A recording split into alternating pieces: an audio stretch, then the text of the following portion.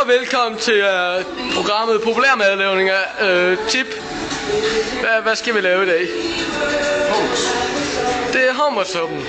Og lad os se, hvordan han klarer den i fremragende stil.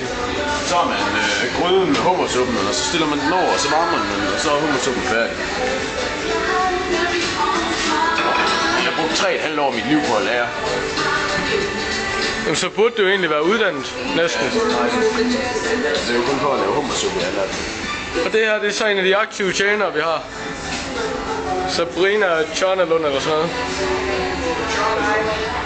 Altid frisk på en telefonsamtale. Telefon 6, det er også noget, hun udbyder. Men det koster 500 kroner i timen. Så skal der torsk til hummersuppen. Torsk til hummersuppen. Så tager du torsk ud af ovnen. Og det er damper.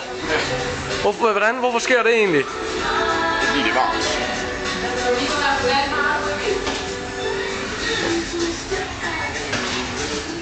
Lad os så se den populære anretning. Der skal du lige den her ned i, sådan her. Sådan der.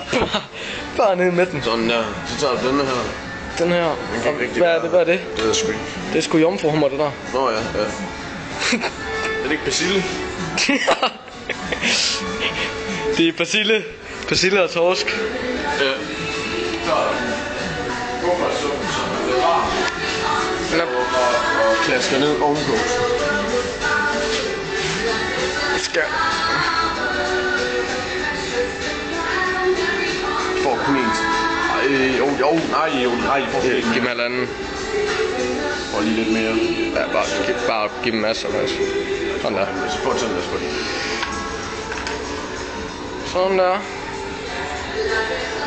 Og det har taget 2 minutter, det her. Så vi er en af Danmarks hurtigste restauranter til at udgive bare sådan en forret her.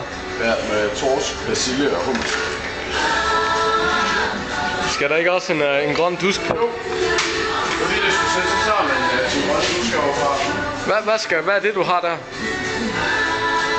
Det er i hvert fald ikke purløg. Er det ikke karse? Jo. Det er nemlig grøn karse. Grøn karse. Ja. Sådan. Og jeg skal bruge 2 lidt.